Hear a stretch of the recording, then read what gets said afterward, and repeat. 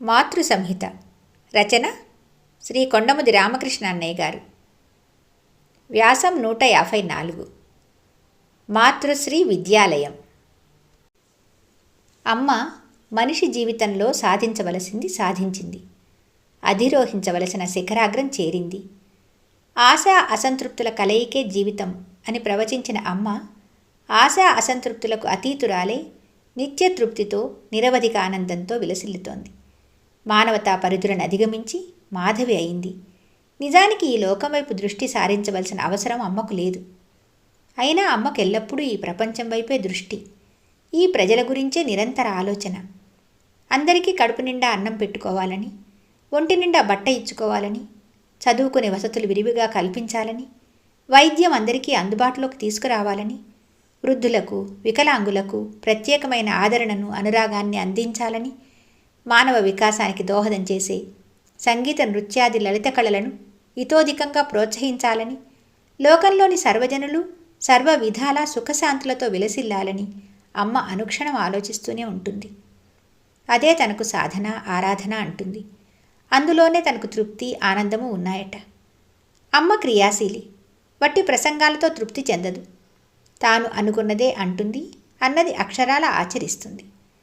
అమ్మ ఆశలకు ఆశయాలకు ప్రతిఫలాలే అన్నపూర్ణాలయం, ప్రాచ్య కళాశాల, సంస్కృత పాఠశాల, వైద్య కేంద్రము.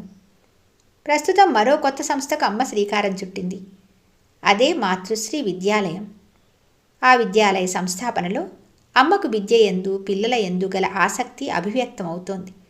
అమ్మ ఏ పని చేసినా అందులో ఏదో ఆదర్శము ప్రబోధము తప్పక నిగూఢమై ఉంటాయి. అమ్మ నేను అమ్మను మీరు బిడ్డలు అని ప్రకటించడంలోనే తల్లి బిడ్డల బాంధవ్యానికి అమ్మ కొత్త రూపును దిద్దుతున్నది, కొత్త అర్థాలను అనుగ్రహిస్తున్నది. అమ్మ అన్నపూర్ణాలయం సంస్థాపన చేసింది అంటే అందులో ఎన్నో ప్రయోజనాలు ఉన్నాయని మనం పలుమార్లు చెప్పుకున్నాం. అట్లాగే అమ్మ వివిధ విద్యా సంస్థలను రూపొందిస్తున్నది. ఇందుకు అనుబంధమై ఇంకా ఎన్నో విద్యాసంస్థలు ఆవిర్భూతమై అభివృద్ధి పొందుతాయని, అవి విశిష్ట విద్యాలయాలై, విశ్వవిద్యాలయాలై, విశ్వజనీనమై, విశ్వవిఖ్యాతినార్జించి విశ్వానికే మార్గదర్శకం కాగలవని విశ్వజనని అమ్మ విశ్వాసం. ఈ విద్యాలయం ద్వారా విద్యా విధానానికే కొత్త రక్తం కొత్త జీవం ప్రసాదించి మనిషి సుశిక్షితుడై స్వయం పోషకుడై సంపూర్ణ మానవుడిగా పరిణితి చెందడానికి అవసరమైన విద్యను విధానాన్ని అమ్మ లోకానికి ప్రసాదించదలుచుకున్నదేమో. అమ్మ మనకు వాచా వివరించకపోయినప్పటికీ ఈ ప్రజాహిత కార్యక్రమాల్లో అమ్మ ఒక అనుక్రమణికను అనుసరిస్తున్నట్లు మనం కొద్దిగా పరిశీలించినట్లయితే మనకు అర్థమవుతుంది. ప్రప్రథమంగా అమ్మ అన్నపూర్ణాలయాన్ని ప్రారంభించింది. మనిషికి అన్ని అవసరాల కంటే అన్నమే ప్రధానం కదా. తర్వాత వైద్యాలయాన్ని అమ్మ మనకు అనుగ్రహించింది. మరి మనిషికి ఆరోగ్యం అత్యవసరం. ప్రస్తుతం అమ్మ ప్రసన్న దృష్టి విద్యాలయాలపై ప్రసారితమైంది. ఈ నెల 15న అమ్మ మరో విద్యా సంస్థకు రూపకల్పన చేసింది. ఇది అధునాతన విద్యా సంబంధమైనది. ప్రాచీన సంస్కృతికి సంబంధించిన ప్రాచ్య కళాశాలను పూర్వం స్థాపిస్తే ప్రస్తుతం అతి నవీనమైన విద్యలకు ఈ ఆలయాన్ని అంకితం చేసింది. మరి అమ్మ ఎంత సనాతనమైనదో అంత అధునాతనమైనది కూడా. సమదృష్టితో అమ్మ పాతకృతులకు పసిడి సేతువును నిర్మిస్తున్నది. మరి ఈ వరుసలో మనం ఆలోచిస్తే మానసిక వికాసానికి ఆనందానికి దోహదం చేసే లలిత కళలకు సంబంధించిన ఆలయాలు, ఆధ్యాత్మిక వికాసాన్ని ఆనందాన్ని ప్రసాదించగల ఆలయాలు ఎన్నో ఆకృతి ధరించాలి. అన్నిటినీ అమ్మ మనకు తప్పక ప్రసాదిస్తుంది. అమ్మ వాత్సల్యమూర్తి. ఆనంద స్వరూపిణి అయిన అమ్మ మన కోసం, మన అవసరాల కోసం, మన సుఖశాంతుల కోసం అనుక్షణం చేసే ఆలోచనలు, చెందే ఆందోళన, పడే బాధ పరికిస్తే మనం అమ్మకు ఎంత రుణపడిపోతున్నామో అనిపిస్తుంది. కానీ అమ్మ ఎంత చేసినా ఏమి చేసినా తల్లి తన తృప్తి కోసమే చేసుకుంటుంది. అందులో దానము లేదు రుణము లేదు అంటుంది. మరి మనం ఏం చేయాలి? మనం అమ్మకు నిజమైన బిడ్డలం అనిపించుకోవాలి. అమ్మ ఆచరణాత్మకంగా ప్రబోధిస్తున్న గుణగణాలను మనము అలవరుచుకోవాలి. అసలు అదే అమ్మ అవతార ప్రయోజనం కూడానేమో. అమ్మ ఆశీర్బలంతో ఈ విద్యాలయ ప్రాదుర్భావానికి నడుం కట్టిన సోదరీ సోదరులు శ్రీమతి ఉషారావును, శ్రీ బివి వాసుదేవాచారిని మనఃపూర్వకంగా అభినందిస్తున్నాము. ఆగస్ట్ 1980. వ్యాసం 155. అమ్మ మనలను కరుణించింది. 1980 నవంబర్ 15వ తేదీ ఉదయం 10:30. భాస్కరుడు కనిపిస్తున్నాడు, కానీ అతనిలో సహజమైన వేడిమి ఎక్కడా లేదు. సుధాంశుడి వలె చల్లగా తెల్లగా వెలుగుతున్నాడు. ఆ వెలుగులో ఆనందపు వెలువ ఉంది. మరి ఆ ఆనందానికి కారణమేమిటో? గగనతలంలో మేఘశకలాలు అటూ ఇటూ హడావిడిగా తిరుగాడుతున్నాయి.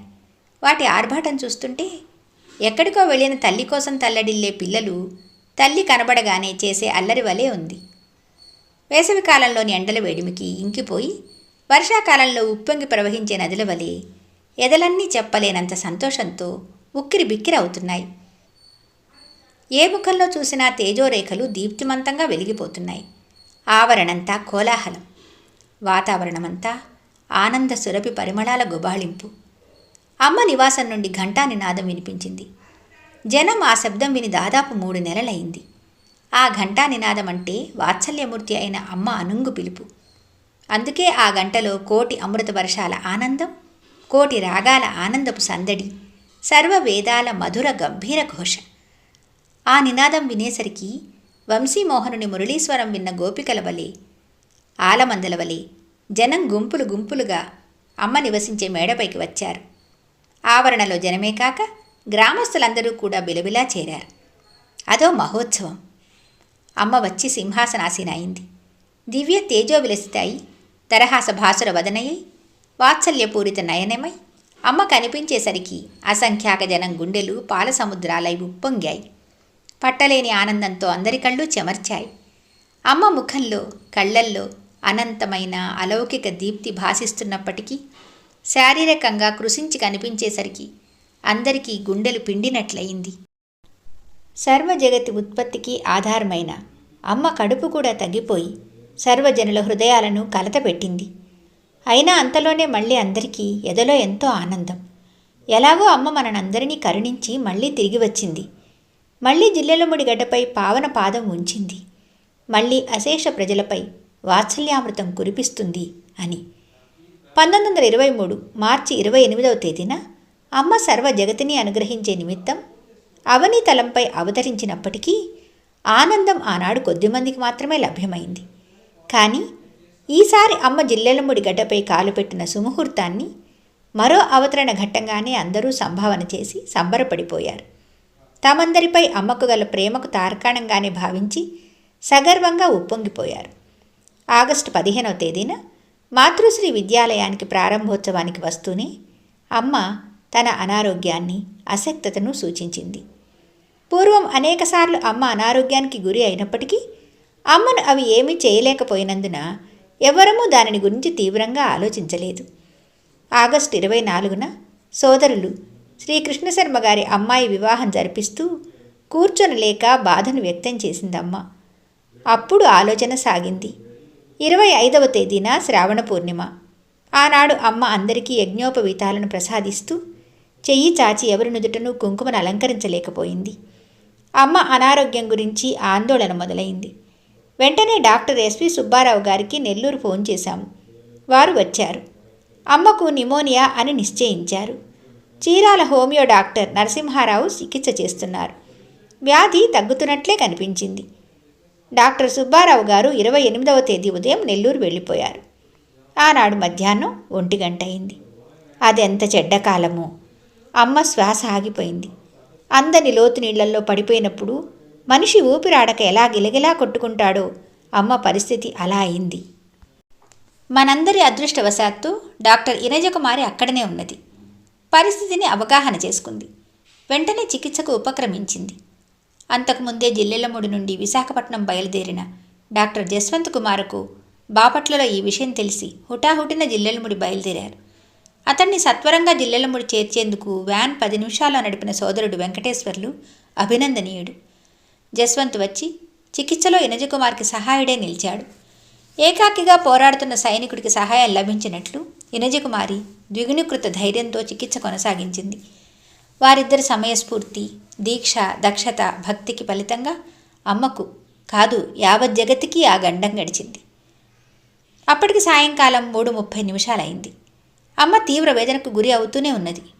కానీ వైద్యులు ప్రాణాపాయ పరిస్థితి తప్పినట్లు ప్రకటించారు. ఈ లోపల అమ్మకే కాదు, అందరింటిలోని యావత్ జనానికి శ్వాస బంధించినట్లయింది. ఎవరికీ ఏమీ చేయడానికి తోచక ఆకాశంలోకి దృక్కులు నిగిడించారు. ఆకాశము, ప్రకృతి విషాదం వల్లనో భయ విహ్వలత వల్లనో సంక్షుభితమైపోయి పరిస్థితిని మరింత భయావహం చేశాయి. మధ్యాహ్న సమయంలోనే రాత్రికి వలె చీకట్లు వ్యాపించాయి. విద్యుత్ సరఫరా ఆగిపోయింది. అమ్మకు గండం గడిచింది అన్న ప్రకటన వినగానే అందరూ ఒక్కసారి తృప్తిగా గాలి పీల్చుకున్నారు. ఆ సమయానికి నెల్లూరు నుంచి డాక్టర్ సుబ్బారావు గారు మళ్ళీ తిరిగి వచ్చారు.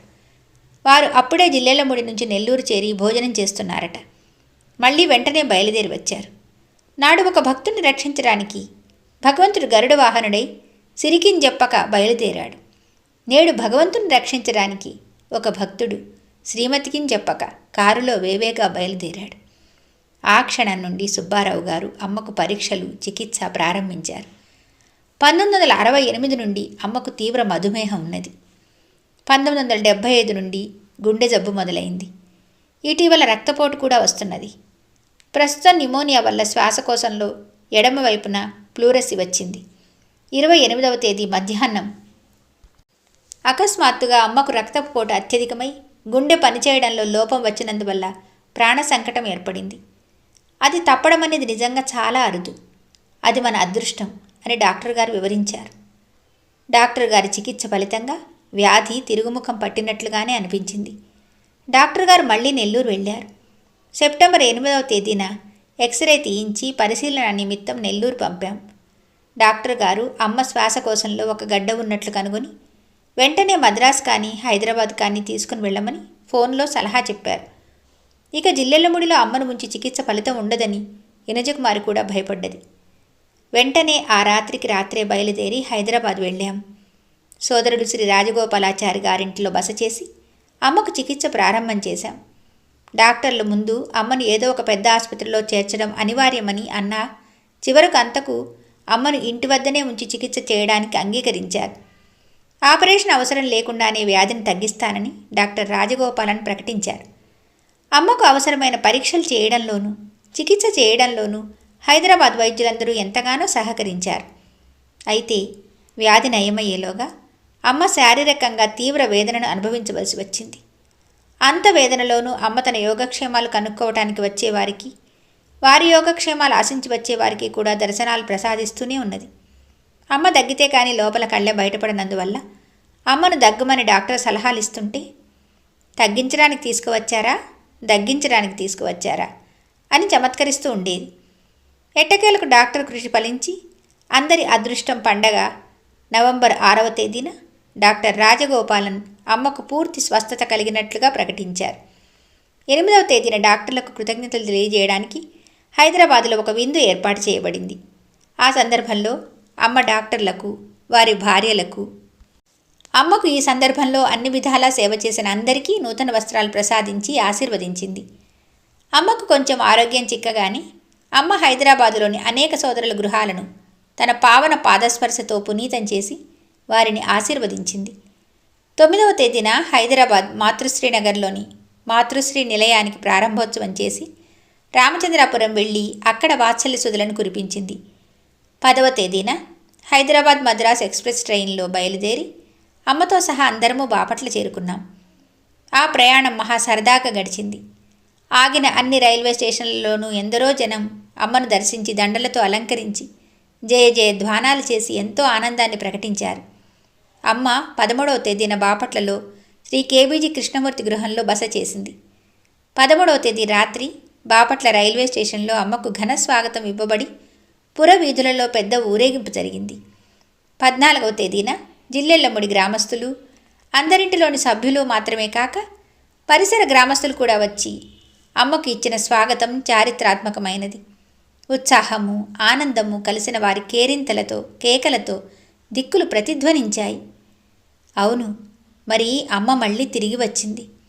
వాత్సల్యాన్ని, అనుగ్రహాన్ని మోసుకుని మళ్ళీ వచ్చింది. అంత బాధపడి మన కోసం మళ్ళీ వచ్చింది.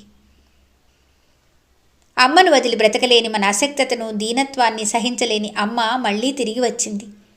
మనను తల్లిలేని బిడ్డలను చేయడం ఇష్టం లేని అమ్మ మళ్ళీ తిరిగి వచ్చింది. అపార సహనమూర్తి అమ్మ, అవ్యాజ కరుణామయి అమ్మ, అనంత మధుర వాత్సల్య జలధి అమ్మ. జయహో మాతా.